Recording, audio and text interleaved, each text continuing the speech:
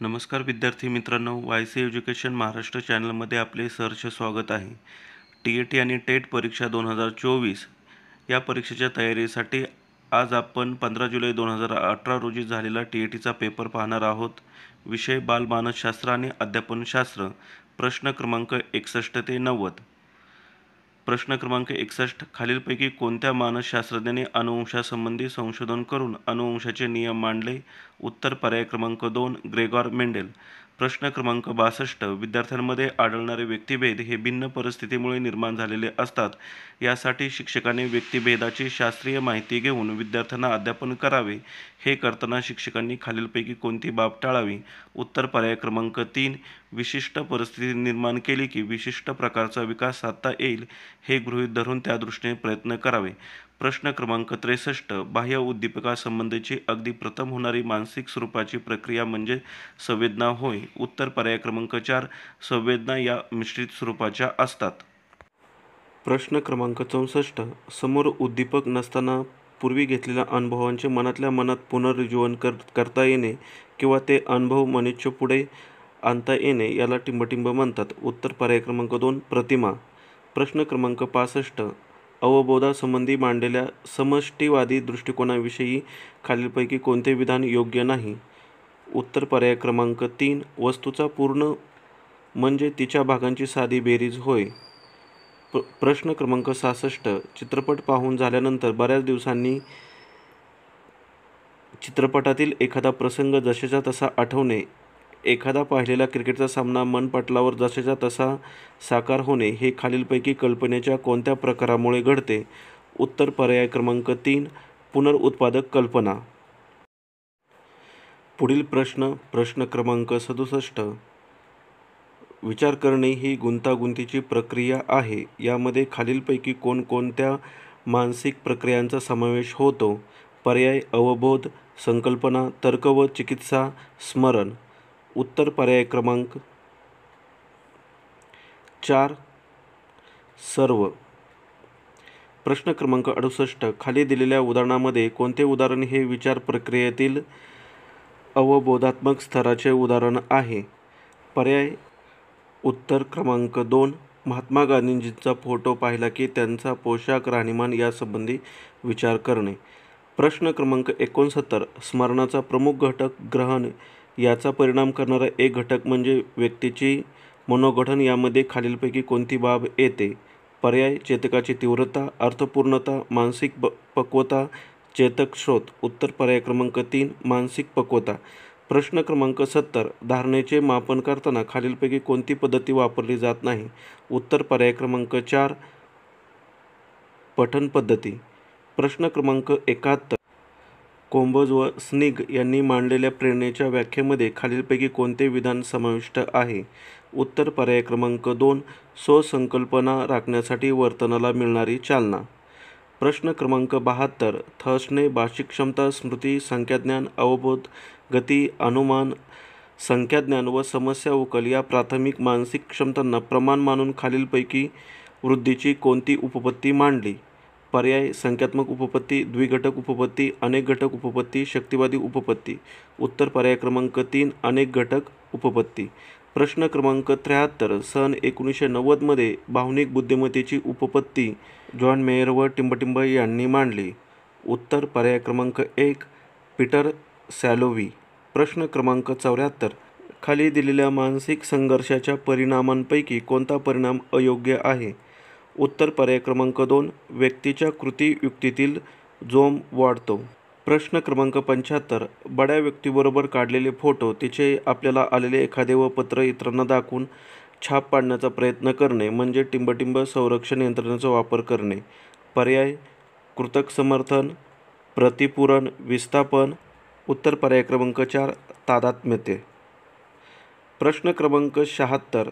दोन समान अध्ययन परिस्थितीमधील विषयांश, ज्ञान, तंत्र, कौशल्य इत्यादी घटक व उद्दिष्टे यामध्ये समानता असेल तर अध्ययन संक्रमण होते. ही समान घटक उपपत्ती खालीलपैकी कोणत्या मानसशास्त्रज्ञाने मांडली?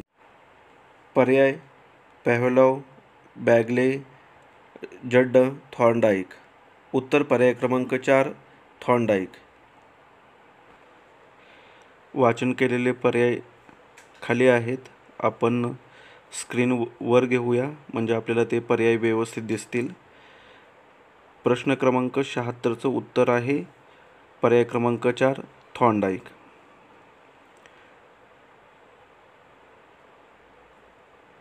पुढील प्रश्न 77 शैशवावस्थेतील मुलांच्या सामाजिक कौशल्याच्या विकासाबाबत खालीलपैकी कोणते विधान वैशिष्ट्य सांगते? पर्याय परकी माणसे ओळखता येत नाहीत, इतरांच्या हावभावांना प्रतिसाद देत नाहीत, इतरांचे लक्ष वेधून घेतात, अनोळखी माणसाकडे पटकन जातात. उत्तर पर्याय क्रमांक 3 इतरांचे लक्ष वेधून घेतात. जर तुम्ही आपल्या चॅनलवर नवीन असाल तर आपल्या चॅनलला लाईक करा, सबस्क्राईब करा आणि इतरांना शेअर करा. पुढील प्रश्न क्रमांक 78 आपण स्क्रीनवर पाहूया. किशोर वयातील मुलांच्या शारीरिक विकासाबाबत खालीलपैकी कोणते विधान योग्य आहे? पर्याय ग्रंथिरसांमुळे शरीराच्या सांगाड्यावर परिणाम होतो, स्नायुमेदाची वाढ मुलींमध्ये अधिक असते, प्राणवायूच्या पुरवठ्यात होणारी वाढ मुलींमध्ये अधिक असते, मुलामुलींची शारीरिक वाढ समतुल्य असल्याने शारीरिक शिक्षणातील क्रिया समान असतात. उत्तर पर्याय क्रमांक 1 ग्रंथिरसांमुळे शरीराच्या सांगाड्यावर परिणाम होतो. प्रश्न क्रमांक 79 कुशाग्र बुद्धिमत्तेच्या विद्यार्थ्यांबाबत खालील विधानांपैकी कोणते विधान अयोग्य आहे? उत्तर पर्याय क्रमांक 1 सर्वसामान्य विद्यार्थ्यांसारखाच अभ्यासक्रम त्यांना असतो. प्रश्न क्रमांक 80 व्यक्तीच्या जैविक देणगीपासून व्यक्तीने जीवन जगेपर्यंत केलेली वाटचाल म्हणजे व्यक्तिमत्व होय, अशी व्यक्तिमत्वाची व्याख्या खालीलपैकी कोणत्या मानसशास्त्रज्ञाने केली? पर्याय Norman Elman, G W. Allport, G L. Kimball, J B. Watson. उत्तर पर्याय क्रमांक 4 जे.बी. वॉटसन. प्रश्न क्रमांक 81 कंठग्रंथीतून थायरॉक्सिन हा स्राव जेव्हा जास्त प्रमाणात पाझरतो तेव्हा त्या व्यक्तीमध्ये खालीलपैकी कोणते लक्षण दिसून येते? उत्तर पर्याय क्रमांक 2 या व्यक्ती अस्थिर असतात. प्रश्न क्रमांक 82 अध्ययन उपपत्तीच्या वर्गीकरणामध्ये ज्ञानात्मक उपपत्तीमध्ये खालीलपैकी कोणत्या मानसशास्त्राचा समावेश होत नाही? उत्तर पर्याय क्रमांक 1 गुथ्री. प्रश्न क्रमांक 83 व्यक्ती व तिच्या भोवतालचे वातावरण यांच्यातील आंतरक्रियातून मर्मदृष्टी प्राप्त होते व समस्या सोडवली जाते, असे मत कोहलर यांनी मांडले आणि प्रयोगाने हे सिद्ध केले. याकरिता त्यांनी खालीलपैकी कोणत्या प्राण्यावर प्रयोग केले? पर्याय कुत्रा, मांजर, चिंपांझी, कबूतर. उत्तर पर्याय क्रमांक 3 चिंपांझी. प्रश्न क्रमांक 84 खाली अध्यापन प्रक्रियेचे स्वरूप सांगणारी विधाने दिली आहेत, त्यापैकी कोणते विधान योग्य नाही? अध्ययनास गतिमान करण्याचे सामर्थ्य अध्यापन प्रक्रियेत आहे, अध्यापन हे अध्ययनास पोषक आहे, अध्ययन हे नैसर्गिक व सहज आहे, अध्यापनात शिक्षक, अध्ययनार्थी व विषय हे 3 घटक असतात. उत्तर पर्याय क्रमांक 3 अध्यापन हे नैसर्गिक व सहज आहे.